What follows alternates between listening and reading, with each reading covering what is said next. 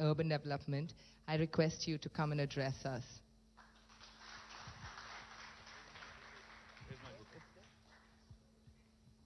Thank you. Good evening.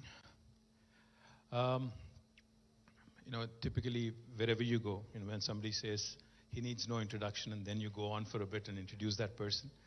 Thank you, Lakshmi, for that. Thank you very much. Nishant Pandey, Rebecca, the acting consul general here, Jayesh, my principal secretary, BVR Mohan Reddy Garu, and I see a lot of friends that I haven't seen in a long time. Jay, Lakshmi, of course, Lakshmi, Vijay, all of you guys I haven't met in a long, long time, so good seeing you, all of you. And thank you, to AIF. Life's full of choices. We all make choices, some good ones, some bad ones, but this is a fantastic choice. I must compliment you on choosing to launch your first chapter outside of the US in Hyderabad. Because as I keep saying, wherever I go, because I'm the Minister for Industry, Information Technology, it's my fiduciary responsibility to actually make sure that my city is positioned well. So I keep saying this everywhere I go. Let me repeat it. Hyderabad is one beautiful city where the north of India meets the south of India, where heritage, history, culture meets the new age, vibrant, technology, life sciences, aerospace, and other sectors. Hyderabad is that city in India where biology meets technology. Hyderabad is that city where paratha meets dosa. Hyderabad is that city also where life sciences marries data sciences.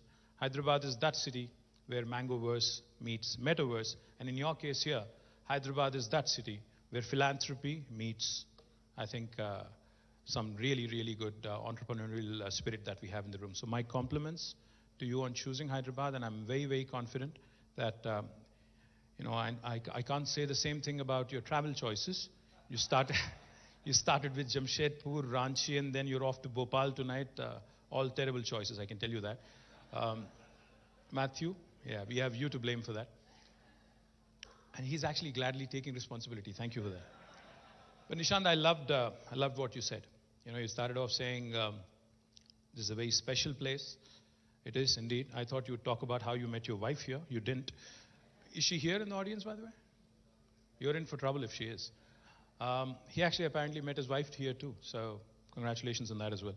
But like I was saying, it's special because of multiple reasons. This is a city where when I said biology meets technology, I wasn't kidding, or I wasn't just doing it for the sake of it. I don't know how many of you know this, but we are home to 1/3 of global vaccine production, this city alone. We literally produce 9 billion.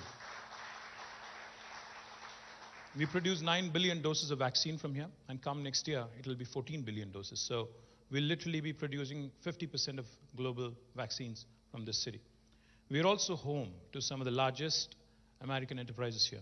In fact, Amazon's world's largest campus is right here in this city. And like Rebecca said, this is one of the best kept secrets about India. Because a lot of these, overseas investors who are looking at India typically end up in Delhi, then go to Bombay. Some of them even end up in Bangalore. And then when they eventually come to Hyderabad, they're pleasantly surprised, and then their decision is made. That's how it has been working over the last 8 years. In fact, not only Amazon's world's largest campus, some of the largest technology companies have their second largest bases outside of the US right here in this city. In fact, the marquee list includes Apple, Google, Meta, Microsoft, of course, which has been here for a while, Uber, my friend Anand Ramurthy is here, Micron, Salesforce, ServiceNow, Qualcomm, Medtronic, Novartis, the list goes on, it's a long list. All of these large marquee companies have done tremendously well here in India, and particularly in Hyderabad. In fact, we have more than 500 American enterprises which have been doing rather well. In fact, just this morning, I met the entire leadership team of a company called State Street. Now, State Street, for those of you who are from the US would know very well, is one of the large Fortune 500 companies, a very large behemoth in banking and financial services. They started with 0 employees in 2018. Today, they have 9,000 people working out of Hyderabad. That's how quickly they've ramped up. Not a day passes by without me or Jayesh meeting some large or small or medium American enterprise who's wanting to make Telangana and Hyderabad their gateway into India. Let me also add, while we are at it, since Rebecca is here, in fact, Hyderabad's consulate, Hyderabad's consul office, issues the largest number of student visas for any consul office in the world. So that's how deep the cultural ties are. That's how deep our people-to-people ties are.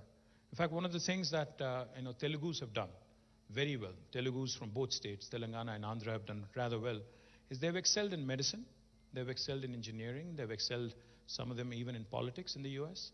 And it seems to be a growing image for Telugus. I see many of them also doing rather well in spell bees. Whenever I get an opportunity. Our children, by the way, here in India are not doing so well in spelling, so I must tell you that as well.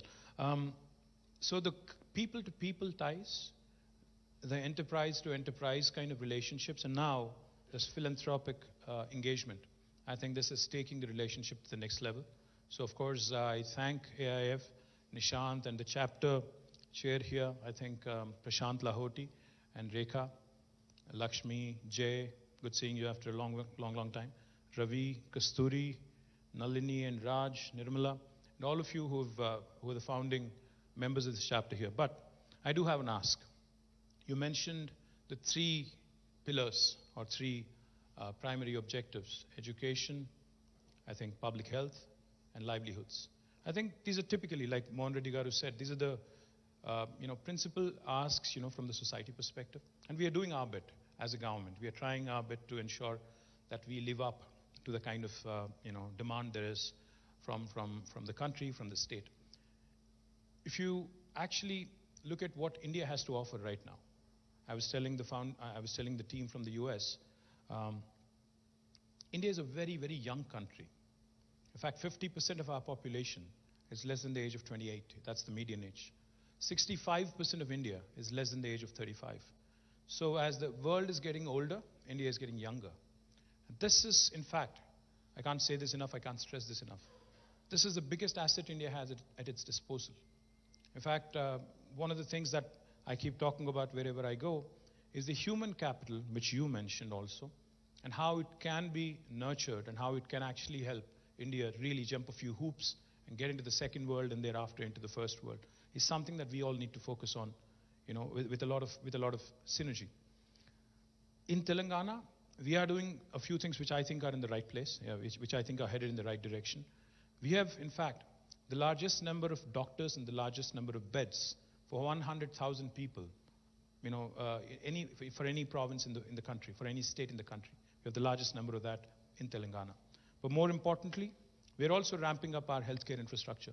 We're setting up a medical college and a hospital in each and every one of our 33 districts. Successfully, we've been able to do a few things when it comes to women's health. The infant mortality has come down big time.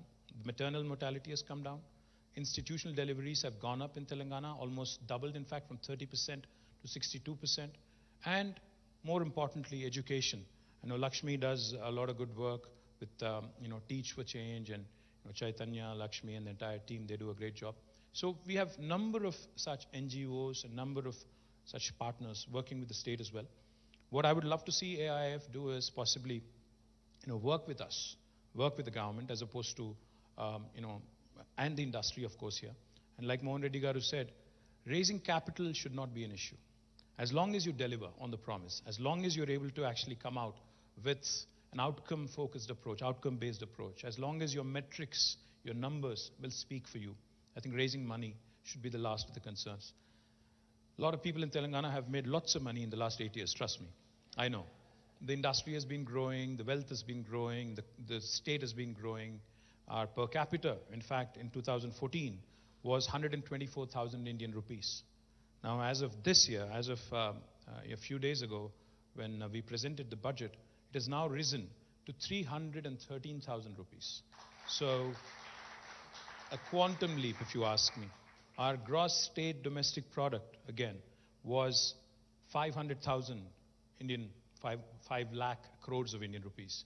Now, as of a couple of weeks ago, it actually shot up to 13.27 lakh crore. So almost again a 200+% jump. So it's a growing state, it's a growing country, but the most important thing, like I think BVR Garu said, is we need volunteerism. We need people to contribute their time, not just resources. So one of the things I would like to quote, of course, I'm thankful to Micron for contributing their money towards the much needed ventilators at that point of time. And I'm also thankful to AIF and Matthew for coordinating it. But I love what Salesforce does in Hyderabad, and I love what Benioff does world over. They have a 1-1-1 philosophy. As an entity, as a corporation, they pledge 1% of their wealth, 1% of their time, and also 1% of their products to education, healthcare, and livelihoods. I suppose we could actually make this as a pitch to a lot of the corporates who are in this room and a lot of HNIs who are willing to or wanting to come forward and work with you. I think that could be a great way to measure our performance. That could be a great start for all of us. So compliments, congratulations on choosing Hyderabad, and I just hope that you go from strength to strength, and I hope you inspire other cities also to launch their own chapters. But I hope Hyderabad continues to be right on top. Thank you. Cheers.